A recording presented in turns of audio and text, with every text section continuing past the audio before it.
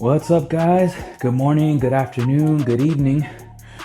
So this is today's workout of the day. Again, I'm out here in Puerto Rico getting a new start. Gym has been closed over here in the town. I don't want to drive to go to a gym, so I am working with some equipment here that I have at the house.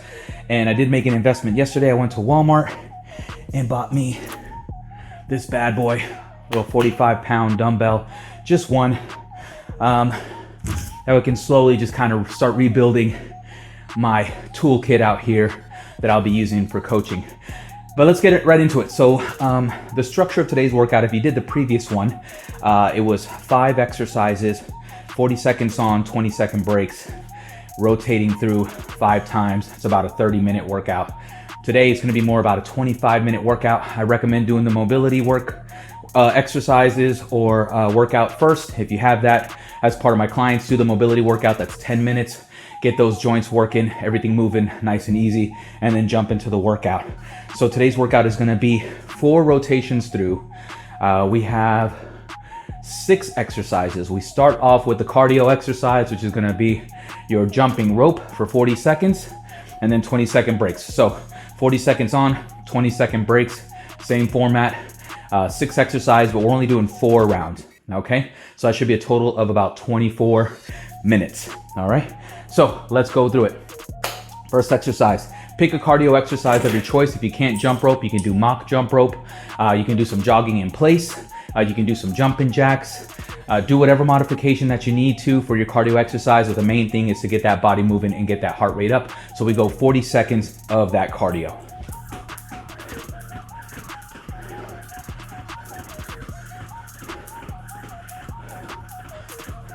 All right, and I'm just gonna demo these because I already did my workout. So this way I know, this way you know what to do and you can just follow along. After your 20-second break, you're going into a dumbbell curl. Now, I'm gonna use the heavy curl, the heavy dumbbell to show you the curls. There's a couple of ways you can do it, but if you feel more comfortable using 2 dumbbells, that's perfectly fine. Or if you have a heavier one, I'll show you what you can do. So there's a couple ways you can do this. So you can do this where you hold underneath the head of the dumbbell and you try to go as low as you can and then curl up and really getting a nice squeeze on the bicep. The only thing with this one is that it can put pressure on the low back if it's pulling you forward doing that lift. So the alternative would be to do like a hammer curl. So we're here grabbing the outside of the weights, which is also great for your grip strength. You can also go underneath, palms under. You won't be able to get as low, but curl up, bring those palms up to the ceiling, release down, curl up. Now notice where my placement of my elbows is, past the line on my shorts, because that's where I want to get that stretch on the bicep. All right, play around with those. You can alternate those 2 movements as you go through your rounds. Okay, so that's exercise number 2. Exercise number 3, I'm taking a break from the dumbbell. I'm going into some my makeshift weights here. I got my almond milk and bags, and we're doing upright rows. So the keys on this one: hands come close together, lead with the elbows up, bring in the tops of the palms just underneath the chin. Right here, elbows up, nice and high.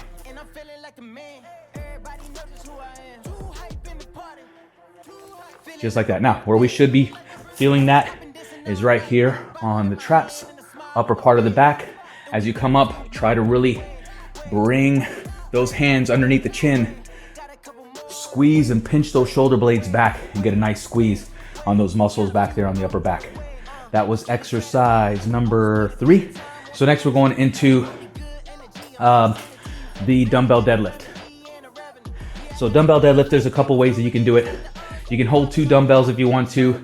Main thing I want you to focus on is your form. Remember, we want to kind of keep a slight bend in the knees, butt's going back, keeping the back nice and straight. Okay? Trying to keep chest facing up as much as possible without arching your back too much. You want to keep that back nice and straight.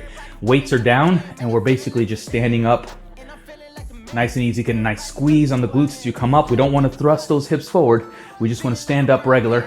Get a nice squeeze on the butt as you come up. Keep that core nice and tight. Now, I'll demo with the dumbbell. So, a couple ways you can do it.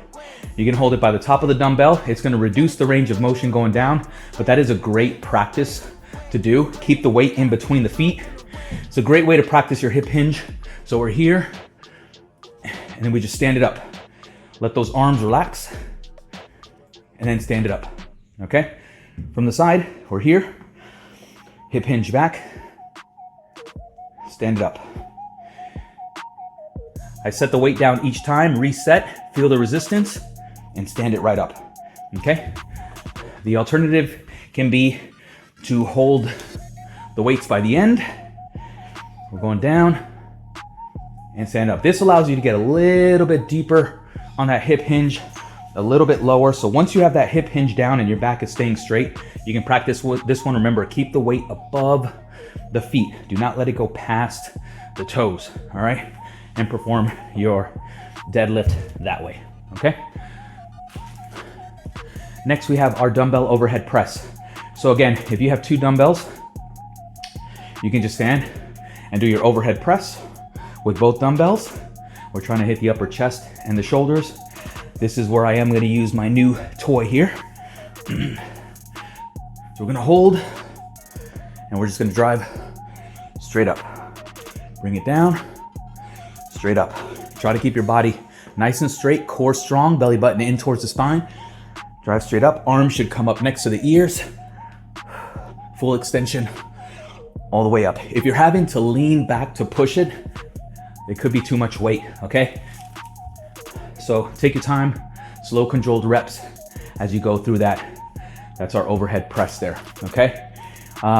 Next one is our reverse lunge. So we're gonna divide the 40 seconds. So if you have a timing app, usually you can go ahead and set the time for 40 seconds. You can ask it to give you like a interval beep, which you can tell it to give you a beep every 20 seconds. And so that's basically what I do. So for here, a couple of things. If you're not used to doing reverse lunges with weight, do body weight. If you want to progress it in advance because the body weight's too easy for 20 seconds, do pulses. Pulse one side 20 seconds, pulse the other side 20 seconds. If you're going with heavier weight, I want you to focus on slow, controlled repetitions. Ideally, we're probably looking for about 6 nice slow reps in 20 seconds on each side, okay? So we're gonna go 20 seconds on one side, nice controlled lunge, stepping it up. Let me scoot back so you can see me. Step back. My front foot is flat the whole time, never lifting my heel, standing up with that foot. Notice I'm keeping my knee from buckling side to side, just trying to keep everything straight up and down. So then we do 20 seconds on one side, 20 seconds on the other. We go down, up, down, nice flat foot. Controlled through the knee, no herky-jerky motions. I prefer the reverse lunge because I feel like I have better control through my knees. And done, okay? 20 and 20. Nice. All right, guys, so that's basically the workout. So remember, you got 4 rounds to do, 40 seconds on, 20-second breaks. As I mentioned before, if 40 seconds is too much to start, change your timing sequence, go 30 seconds on, 20-second breaks, feel it out, or you can go 30 seconds on, 10-second breaks, reduce that break in between. It's a great way to keep that heart rate up through the exercises until you work your way up to 40 seconds on, 20-second breaks. The reason why I like 40-20s is that I know each exercise and the rest with it is 1 minute. So it's very easy to do the math. So if I have 6 exercises, 40 seconds on, 20-second breaks, I know that whole circuit is 6 minutes. So sometimes that's a fun way to play around with it. I'll sometimes do 10 exercises. That right there I know is 10 minutes. Go through those 10 exercises 3 times. I know that's a 30-minute workout. All right. Anyway, guys, I'll see you in the next video. Keep up the good work. Keep moving. And remember, there's no excuses. You can do it. Take it as easy as you need to, but keep that body moving. I'll see you soon.